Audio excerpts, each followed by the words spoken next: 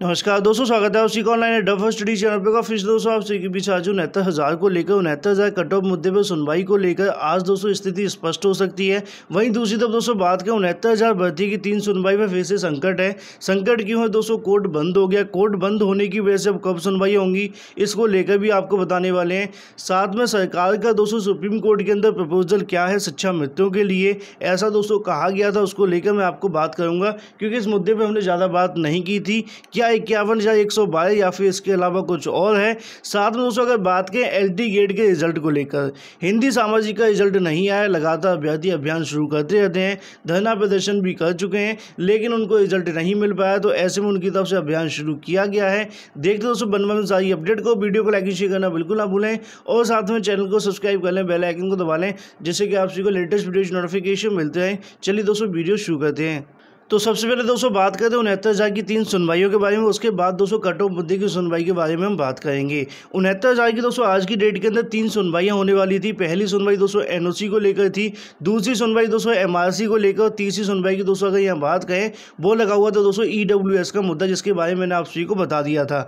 लेकिन दोस्तों देर रात को एक नोटिफिकेशन यहाँ पर जारी किया गया जिसके माध्यम से ये तीनों सुनवाइयाँ दोस्तों एक बार फिर से जो टल चुकी हैं। टलने का रीज़न मैं आपको यहाँ पर दिखाना चाहूँगा, लेकिन उससे पहले दोस्तों आप सभी को हमारे देश का सिस्टम यहाँ पे देखना पड़ेगा। अगर हम बात करें दोस्तों ऐसे समय पे जब दोस्तों रोजगार की बात की जा रही है, करोड़ों दोस्तों रोजगार दिए जा रहे हैं, उसी समय पे दोस्तों आपको देखने एक मुद्दा मिला है जो कि आप सभी के सामने मुद्दे की बात की। लेकिन यहाँ पे दोस्तों लिखा है कि मुर्दे ने दोस्तों यहाँ पे किया मनरेगा में 6 दिन काम, उसकी मजदूरी भी मिली। ऐसी जानकारी दोस्तों यहाँ पे देखने के लिए मिल रही है। दोस्तों अगर बात करें यहाँ पे रामजी जी नामक एक दोस्तों व्यक्ति की बात की जा रही है जिनकी दोस्तों 28 जनवरी 2017 को मौत हो गई थी। लेकिन उसके के बावजूद अगर दोस्तों यहाँ पे बात करें जुलाई महीने के अंदर उनको दोस्तों 6 दिन काम भी मिला है। काम देने के साथ साथ उनको यहाँ पे 1140 रुपये उनके नाम पे दोस्तों दिए भी गए हैं। तो ऐसे में दोस्तों आप सभी अंदाज़ा लगा सकते हैं किन किन दोस्तों मजदूरों को यहाँ पे जो है कहीं ना कहीं पैसे दिए जाते हैं जिनका दोस्तों पूरा का पूरा डाटा नहीं है, वो यहाँ पे काम करने आ रहे हैं कि नहीं आ रहे हैं। ऐसे में दोस्तों आप सभी समझ सकते हो पैसे कहाँ जा रहे हैं, क्या हो रहा है। तो ऐसे में दोस्तों आप देखेंगे 14 जुलाई को जिला पंचायत सीईओ को जगदीश चंद्र गोमे के इस दोस्तों मामले की जानकारी ली तो उन्होंने कार्रवाई की बात कही है। तो ये तो दोस्तों आप सभी के सामने छोटी सी अपडेट हो जाती है जिसके बारे में अगर बात करें यहाँ फर्जीवाड़ा देखने के लिए मिलता रहता है। वहीं दूसरी तरफ दोस्तों आप सभी को यहाँ पे देखने के लिए मिल जाएगा सुनवाइयों के संबंध में हाई कोर्ट में दोस्तों 2 दिन फिर बंद हो चुका है। मामला क्या है? मामला कोविड-19 का है। कोविड-19 की तेजी दोस्तों बढ़ते संक्रमण को देखते हुए इलाहाबाद हाई कोर्ट 20 पर दोस्तों 21 जुलाई इलाहाबाद मतलब कि अगर बात करें लखनऊ भी इसी के बीच में आया तो उसकी खंडपीठ है ना। इन दोनों दिन दोस्तों मुकदमों को मैनुअली और साथ में दोस्तों अगर बात करें ई फिलिंग भी बंद हो गई है। मतलब दोस्तों आप लोग ऑनलाइन भी ऐसे में ई फिलिंग नहीं की जा सकती है। यह आदेश मुख्य न्यायमूर्ति गोविंद माथुर ने वर्तमान परिस्थिति को देखते हुए लिया है। 22 जुलाई से दोस्तों केवल वीडियो कॉन्फ्रेंसिंग से मुकदमों की सुनवाई होगी। पहले भी दोस्तों वीडियो कॉन्फ्रेंसिंग के माध्यम से ही सुनवाई हो रही थी। तो ऐसे में दोस्तों फिलहाल 2 दिन के लिए सुनवाइयां टल गई हैं। 20 और 21 तारीख को दोस्तों हाईकोर्ट के अंदर 69,000 से संबंधित 3 सुनवाइयां होने वाली थी। 20 को लेकर 21 की अभी जो कॉज लिस्ट है वो जारी नहीं हुई थी। तो ऐसे में जितनी सुनवाइयां थी दोस्तों 69,000 के संबंध में एक बार फिर से दोस्तों यहाँ पे जो है टल चुकी हैं। आगामी समय के अंदर कब होंगी? फिलहाल दोस्तों जो कोर्ट है वो खुलेगा 22 जुलाई से, जिसके अंदर वीडियो कॉन्फ्रेंसिंग के माध्यम से आपको सुनवाइयां देखने के लिए मिलेंगी। हालांकि दोस्तों अगर बात करेंगे एक बार फिर से जो कॉज लिस्ट है वो जारी होगी तो मान के चलिए दोस्तों फिलहाल जो सुनवाई 22 तारीख को आपको देखने के लिए मिलेगी या 22 तारीख के बाद जो कॉज लिस्ट आएंगी उसके अंदर दोस्तों इन मुद्दों की सुनवाइयां हो सकती हैं। तो फिलहाल दोस्तों आप यहाँ पे देखेंगे आपके सामने एक बार फिर से दोस्तों सुनवाइयां यहाँ पर टल चुकी हैं क्योंकि हाई कोर्ट को बंद किया गया। हालांकि अभी तक जो सुनवाइयां हो रही थी वो वीडियो कॉन्फ्रेंसिंग के माध्यम से ही देखने के लिए मिल रही थी। तो ऐसे में कोर्ट बंद होने की वजह से सुनवाइयां फिलहाल आपको देखने के लिए नहीं मिलेंगी। जैसे दोस्तों इसके बारे में और भी जानकारी निकलेगी, मतलब कॉज लिस्ट आएंगी, आपको जानकारी प्रोवाइड कर दी जाएगी।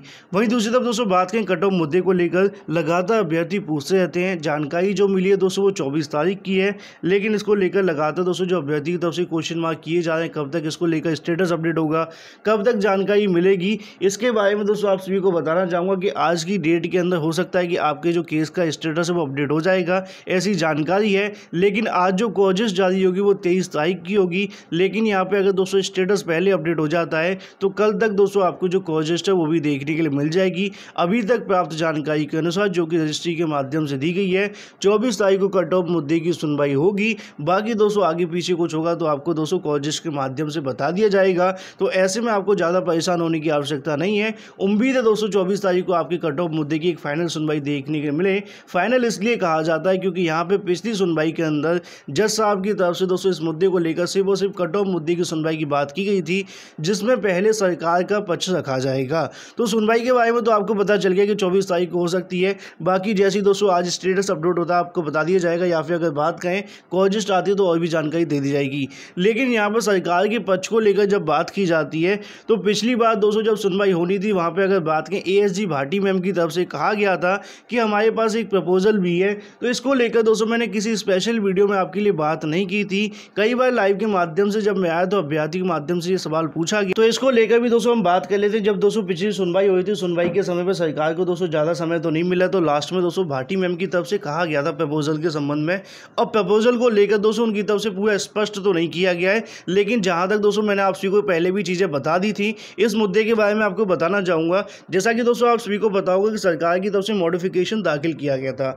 मॉडिफिकेशन के अंदर दोस्तों स्पष्ट तौर पे लिखा हुआ था कि 51,000 हमारे पास जो पद है वो देखते हैं। हालांकि दोस्तों जानकारी ये मैंने आपको पहले भी बता दी है, लेकिन अभ्यर्थी के मन में काफ़ी सवाल आए थे, क्या 55-60 वाला प्रपोजल तो नहीं आ रहा है। देखो ऐसा कोई प्रपोजल ना होने की संभावना है। सिंगल बेंच डबल बेंच के अंदर अभ्यर्थी ने लगातार 55-60 को लेकर बात तो की थी, लेकिन ऐसा कुछ देखने के लिए नहीं मिला था। क्यों नहीं मिला था उसका रीज़न मैंने दोस्तों आपको पहले ही बता दिया था कि यहाँ पर 40, 45, 60, 65 को लेकर मांग की जा रही है दोनों अलग अलग पार्टियों की तरफ से, तो उसमें से कोई एक आपको देखने के लिए मिलेगा। तो इसी क्रम में दोस्तों मैं आप सभी को बताना चाहूँगा कि सरकार की तरफ से दोस्तों ऐसा मामला वहाँ पर कहा गया था।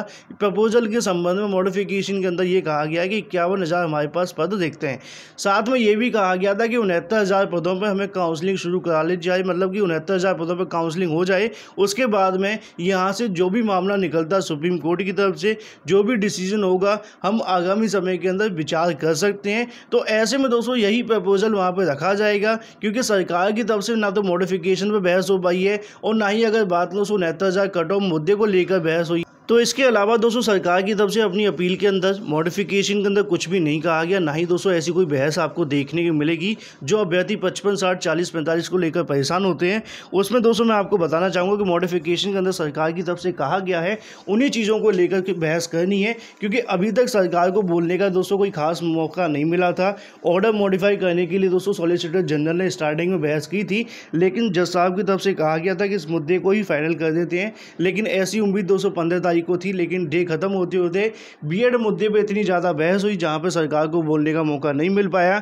तो लास्ट में ASG भाटी मैम की तरफ से कहा गया था प्रपोजल के बारे में, और प्रपोजल भी लगभग दोस्तों वही होगा जो सीटों के मामलों को लेकर आपको बताया गया था। हालांकि अभी दोस्तों मैं ये नहीं कह रहा हूँ कि इसके अंदर सारी सीटें जुड़ जाएंगी या फिर 37 सीटें जुड़ेंगी। जो भी होगा दोस्तों आपको बहस के बाद देखने के लिए मिल जाएगा। लेकिन वहाँ पर मॉडिफिकेशन के अंदर जो लिखा गया सरकार की तरफ से वो मैं आप सभी को बता रहा हूँ। इसके अलावा दोस्तों अगर बात करें प्रपोजल के संबंध में, ना तो सरकार की तरफ से मॉडिफिकेशन के अंदर ना ही दोस्तों अपील के अंदर कोई और पॉइंट लिखा हुआ है। बाकी जब आपको बहस देखने को मिलेगी तो आपको पता चल जाएगा। भ्रांतियों पढ़ने की आपको बिल्कुल भी आवश्यकता नहीं है। बाकी इसके अंदर आप सभी को था कि 22,000 सीटों का मुद्दा भी लगा हुआ है, लेकिन फिलहाल दोस्तों जज साहब इस मुद्दे पर सुनवाई नहीं करने वाले, ऐसा भी कहा गया है। सरकार चाहे तो इस मुद्दे पर भी सुनवाई करवा सकती है, लेकिन दोस्तों अगर यहाँ पर देखा जाए तो सरकार पदों को जोड़ करके भर्ती को आगे बढ़ाएगी, ऐसा कुछ यहाँ पर देखने के लिए नहीं मिल रहा है। क्योंकि सरकार चाहती है जो चयनित हो चुके हैं 67 अभ्यर्थी उनको नियुक्ति दे पाना, क्योंकि यहाँ से उनको लगता है कि अगर मामला लंबा खिंचता है तो वही दोस्तों प्रपोजल आपको देखने के लिए मिलेगा, जो कि दोस्तों मैंने पहले ही मॉडिफिकेशन के अंदर आप सभी को बता दिया है। मुझे उम्मीद है दोस्तों आपको चीज़ें समझ में आ चुकी होंगी। बाकी दोस्तों 24 तारीख की जैसी कोशिश जारी होगी और भी चीज़ें दोस्तों आप सभी के सामने स्पष्ट हो जाएंगी जैसे ही मामला क्लियर होगा।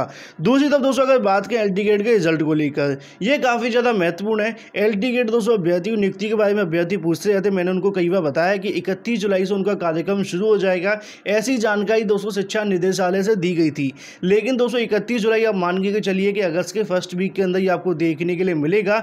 तो ऐसे में दोस्तों अगर बात करें जिन अभ्यर्थी को रिजल्ट आ चुका है उनको नियुक्ति मिल जाती है तो बेनिफिट 69,000 के अंदर देखने को मिलेगा ही, लेकिन साथ में हिंदी सामाजिक का रिजल्ट आ जाता तो और फायदा देखने के लिए मिल जाता। लेकिन कहीं ना कहीं दोस्तों हिंदी सामाजिक का रिजल्ट कब आएगा रोज अभ्यर्थी पूछते रहते हैं, इसको लेकर दोस्तों अभी तक कोई जानकारी नहीं मिल पा रही है, क्योंकि हर बार एक ही बात कहती है, लेकिन तमाम आश्वासन के बाद भी रिजल्ट आपको देखने के लिए नहीं मिलता है। देखिए दोस्तों कौन सी बात लगातार आपको कही जाती, वैसे तो आपको पता ही होगा।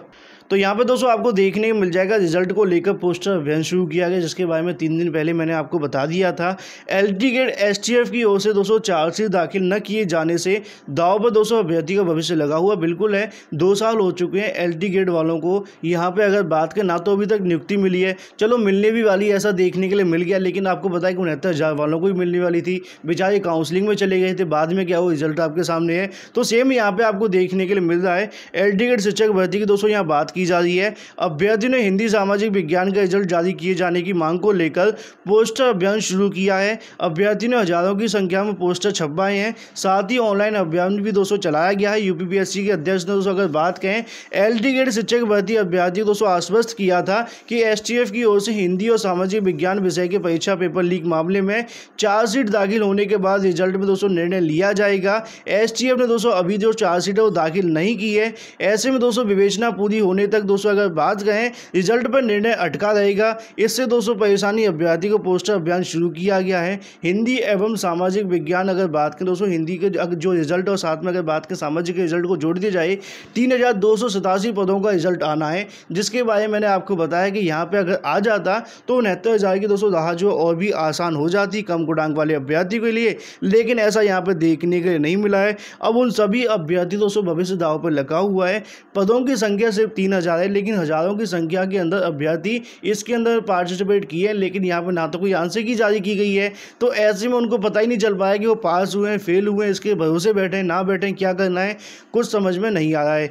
इसके लिए लिखित परीक्षा आपको पता है 29 जुलाई को कराई गई थी 2018 के अंदर, 2020 आ चुका है, लेकिन अभी तक दोस्तों कोई निर्णय नहीं हुआ है। चार्जशीट को लेकर लगातार अभ्यर्थी दोस्तों मिलने पहुंचते रहते हैं, लेकिन वहां पर भी दोस्तों कुछ भी देखने के लिए नहीं मिल रहा है। चार्जशीट दाखिल न होने से अगर यहाँ पर बात करें, आयोग को दोस्तों बहाना मिल गया है कि जब तक चार्जशीट दाखिल नहीं होगी तब तक रिजल्ट नहीं आएगा। रिजल्ट को लेकर जब जब अभ्यर्थी आयोग जाते हैं वहाँ पे ऐसा देखने के लिए मिलता है। अगर दोस्तों एसटीएफ के पास जाते हैं तो उनका कहना है कि हमारी जो जांच है लगातार